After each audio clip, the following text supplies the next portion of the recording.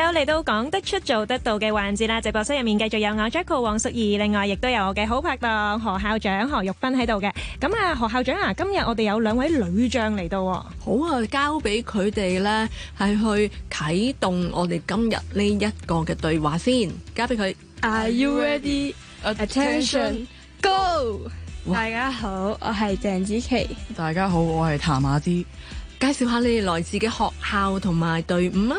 我哋係嚟自樂善堂余近興嘅龍舟隊，亦都係 U18嘅預備組。樂善堂余近興中學其實咧喺課程啦同埋教學嘅創新方面呢，有好多好有趣嘅位。但係今日咧就2位女選手代表你哋嘅龍舟隊啦，不如介紹下你哋點解咧係會參與呢一個嘅隊伍啦，同埋係成個訓練嘅歷程，由你最開始參加嘅時候，乜嘢最吸引到你哋咧？阿芝講先啦。我呢就係由中一呢，就透過學校有一個叫迎曦計劃嘅活動啦，咁呢就有唔同嘅活動可以俾中一嘅新生去揀啦。咁我當時呢就見到龍舟呢個活動，咁呢我就覺得可以出去玩啦，水上活動啦，好似好 hyper 咁樣啦。咁呢我就揀咗呢個龍舟嘅課程。咁呢每個禮拜就出去海咁樣就訓練。中一嘅時候就開始會有第一個比賽，跟住就之後每一年就都繼續訓練去參加唔同嘅比賽。要出海訓練係咪即係入選嘅隊員係必須要識游水咁樣嘅呢？係嘅。哦，即係我就唔參與得啦。咁即係話子琪你都係熟水性嘅喎，係咪呢？都係識游水嘅。哦，咁係因為都係好似阿芝咁，係因為想出海咁，所以你又參加呢個龍舟隊，定係其他原因呢？我都係呢個原因啦，因為我本身細細個好中意去玩水嘅，跟住又見到有個迎曦課程，跟住裏邊有得去玩水嘅龍舟課程喎，跟住我就參加咗啦。我自己嘅印象呢，爬龍舟可唔可以咁樣講啊？其實係好講合拍同埋力量啊，兩樣都好重要，同埋呢個係一個團隊嘅運動嚟嘅。咁我咁樣講啱唔啱呢？又或者爬龍舟呢一個運動仲有啲咩嘢係好吸引到你哋好特別嘅一個團隊運動項目？係啱嘅。咁龍舟就係屬於一個團隊嘅運動啦。咁可能一條龍舟坐10至20個人啦。咁你要前同後所有人呢都係保持團結啦、集中啦，就係落槳每一下嘅速度啊、姿勢都要一樣嘅。咁呢，可能其他人冇玩過呢個運動呢，就會覺得可能爬龍舟姿勢呢，每次都係回槳落槳，好似好重複性咁樣，會好悶啊。咁我個角度嚟睇呢，我就會覺得你每次可能有一個距離200米，你就盡晒全力去爬到去終點呢，咁就會好興奮咯。如果贏到嘅話，好啊，子琪。我都覺得呢一樣嘢係需要好合作性嘅嘢啦，因為如果我哋拉槳嘅時候，即係個蛙幅啦，如果可能我哋快咗或者慢咗，又或者有人嘅蛙幅可能唔同時間抽槳嘅時間都唔同嘅時候呢，就會減慢咗我哋嘅船速啦，亦都會令到我哋嘅比賽可能就會爬到慢咗啦。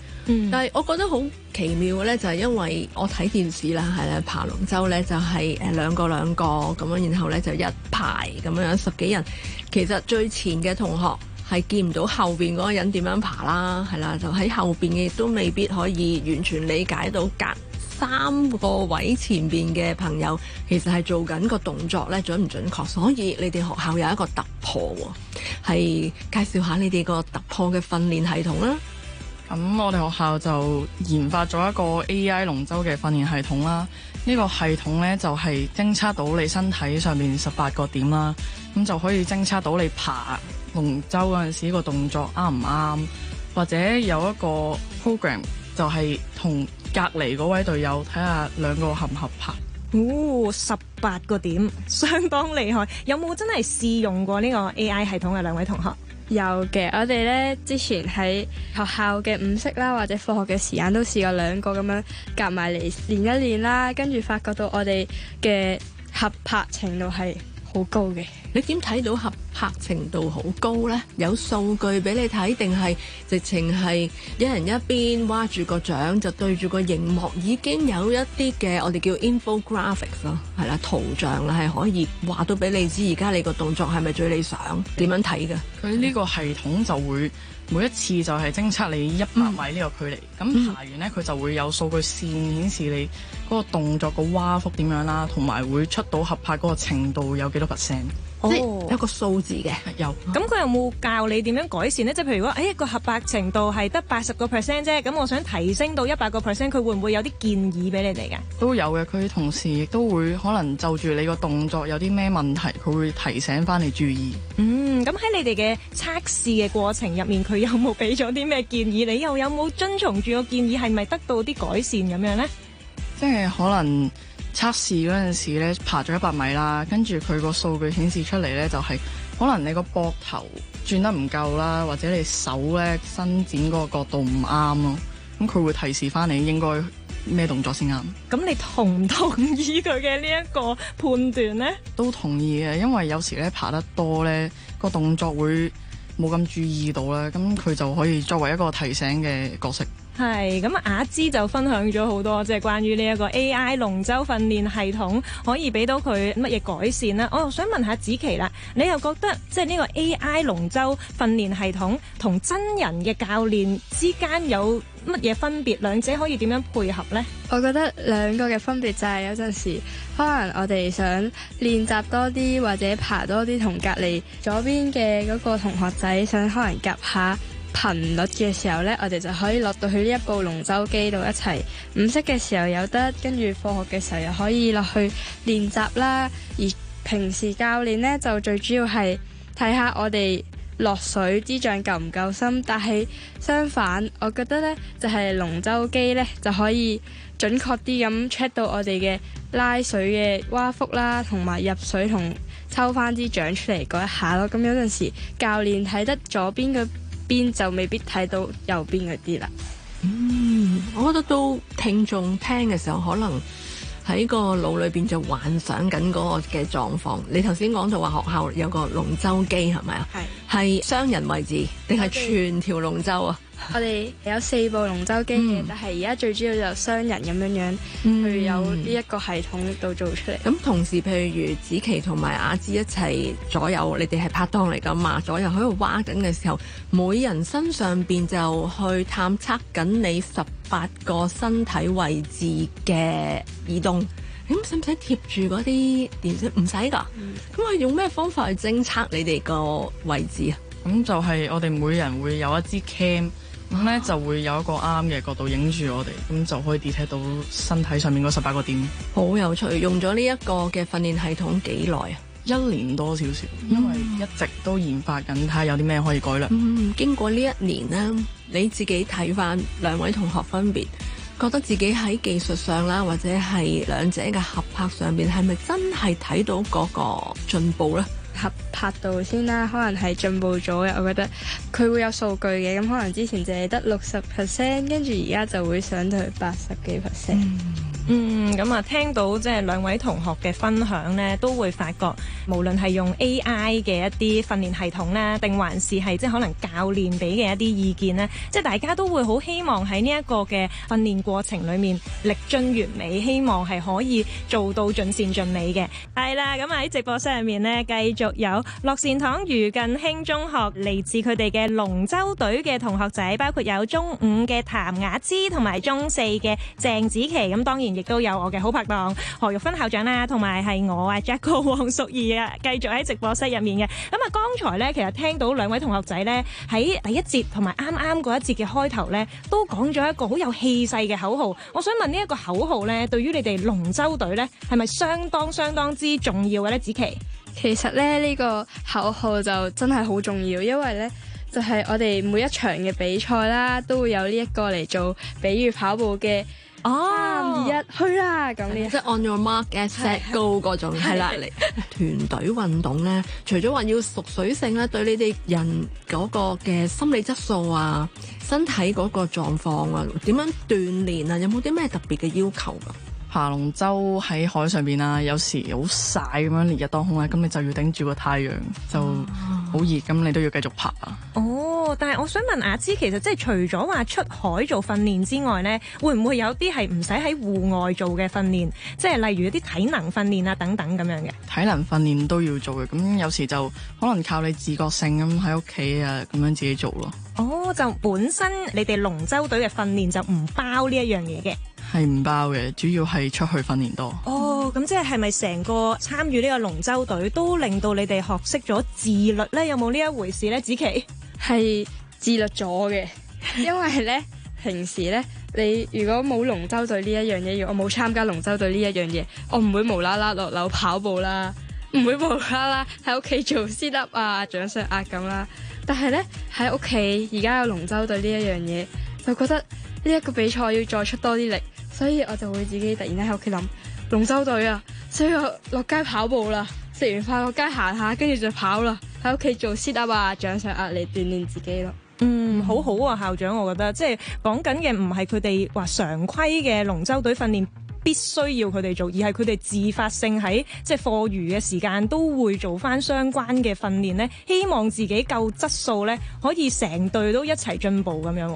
其實運動員就要有呢一種嘅心理質素同埋自律咯，係啦，咁係因為參與咗呢個龍舟運動，你越嚟越喜愛，推動你喺呢方面嘅長進啦，定係倒翻轉你本身已經係咁自律㗎啦，所以其實你做咩都係用呢一種嘅精神態度嘅咧。如果俾你去揀，你哋傾向係？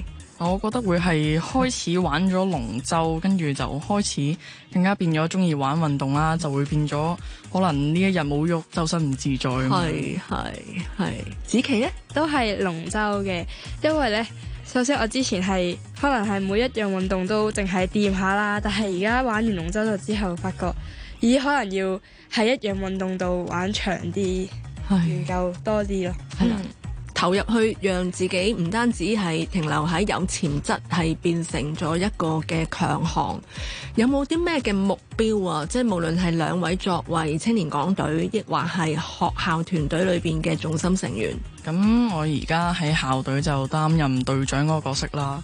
咁喺今年嘅學界比賽啦，咁我哋都喺混合小龍組都贏咗個銀杯嘅冠軍啦。咁都希望嚟緊可能仲有其他比賽。咁都可能可以帶領團隊繼續揾到一個好嘅成績，同埋嚟緊以後可能下年咁樣嘅學界都可能爭取上金杯嘅決賽。哇！我聽到雅芝真係好有隊長風範啦，個目標好明確嘅。子琪，你又會有啲咩目標呢？喺龍舟發展方面嘅目標係下年要學雅芝，我要學佢做隊長。係，我要喺佢身上學好多唔同範疇嘅知識啦，可能例如佢要好穩定，同埋要有一個氣勢出嚟，先可以做到隊長。我相信你可以嘅，係啦，即係今日兩個同學喺由第一眼我哋入錄音室之前呢，我見到其實佢哋都好合拍嘅。好多嘢呢，大家自己都交換一個眼神先，係你講定我講，定係我哋點樣樣去夾住去講嗰個口號？咁呢個都係我睇龍舟嘅一個，即係其中一個好有趣嘅地方，係要有一個人去做一個帶領，係啦，然後大家就努力咁樣樣去做好自己嗰個部分，就係嗰個鼓啊。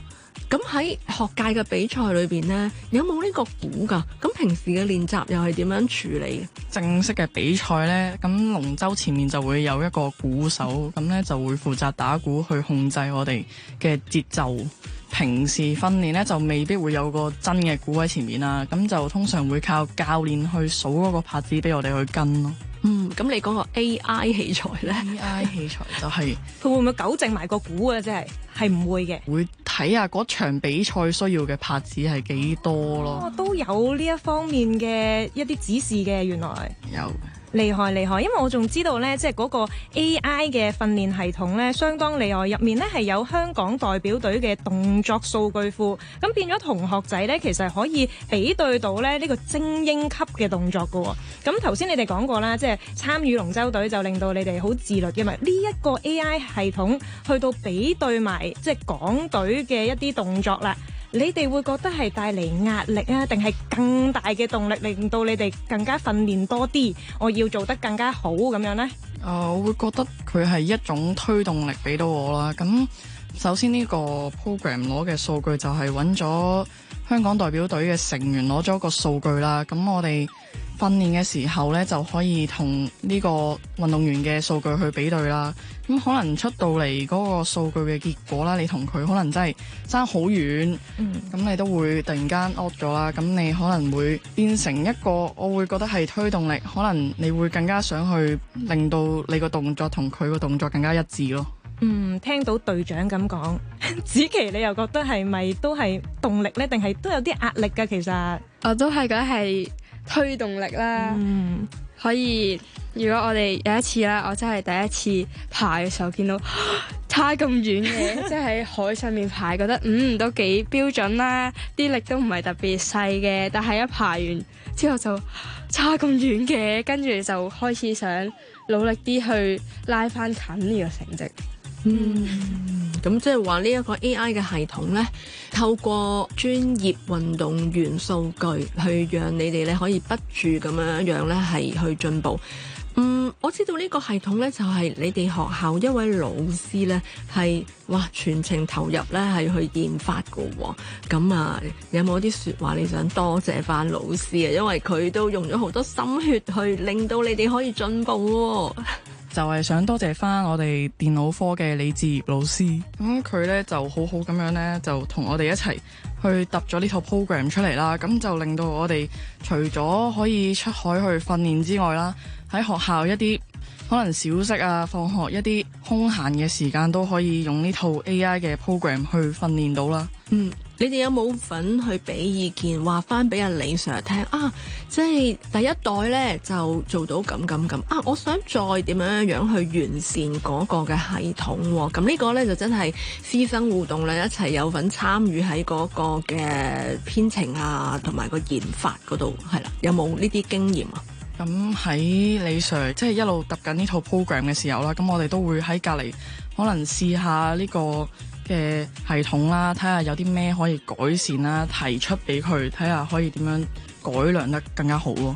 好有意思啊！我都覺得即係同學呢，要對老師有一個感恩嘅心，係啦。即係你又好努力去參與呢個運動，老師亦都係好投入呢去睇下點樣幫到大家。其實呢一個系統係貴校呢係獨有噶嘛，暫時有機會呢，未來都可以，唔知有冇能夠成為喺其他學校呢都可以去借用啦，大家一齊進步啦，甚或呢，最後幫翻我哋香港嘅運動隊伍呢，用同一個嘅原理去讓運動員可以不住完善，所以呢個其實係好有意思噶。咁都聽到即係兩個同學嘅分享呢，即係其實真係參與呢個龍舟訓練學到好多嘢啊！即係又學到默契啦、團隊精神啦、領袖才能啦，連 AI 科技嘢都學到喎。咁我就想問翻兩位同學呢，最後你哋自己又覺得參與咗成個龍舟隊，俾你哋最大嘅一個蛻變係啲乜嘢呢？可能子琪講先呢。我覺得最大嘅就係可能之前一開頭真係覺得好辛苦啊，真係要頂住個咁大嘅太陽呢，有機會會覺得係咪要仲堅持落去呢？但係呢，諗翻轉頭啦，又會有一班嘅師兄師姐啦，跟住唔單止係師兄師姐，可能會有龍舟嘅隊員啦，仲有師弟妹啦，見到佢哋一齊堅持啦，唔係淨係得自己嘅喎，跟住互相鼓勵，咁我就覺得應該要繼續落去啦，唔可以放棄啊！即係子琪學咗最大嘅一課就係堅持。隊長你呢？你又學咗啲乜嘢呢？你覺得？我覺得係學到堅毅嘅精神，同埋帶領團隊一齊去向住個目標進發。咁本身可能以前就冇玩咁多運動啦，咁升咗中學開始就玩咗龍舟啦。咁一條龍20個人要可能孭住學校個名出去比賽啦，咁都會可能提醒翻啲師弟妹啊，要一齊去合力去堅持翻成個比賽嘅過程。今日好多謝晒兩位呢，嚟自樂善堂余近卿中學嘅同學仔譚雅芝同埋鄭子琪嘅，希望你哋繼續呢堅持住有呢一個堅毅嘅精神呢，向住你哋嘅目標進發啦！多謝晒兩位，多謝晒。我的成長號。主持何玉芬、黃淑儀、潘子晴。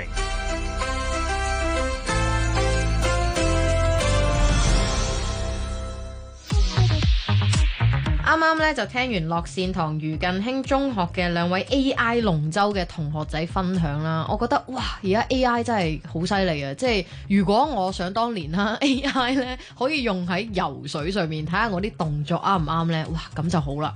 我相信未來呢係呢一個趨勢嚟㗎啦，隨住 AI 好普及啦，無論老師同埋學生都可以用到作為即係幫助自己教啦、學啦、課外活動啦，更加提升去另外一個層次嘅工具啊！其實好多年前我都聽過呢，有類似嘅籃球嘅 app 嘅，但係講緊用好多好多嘅資源，可能要成立成間公司喺美國嗰度呢去做一個即係 start up 咁先至做得到出嚟。而家我聽到學校嘅老師同同學都做得到呢，係睇到哇好多嘅可能性。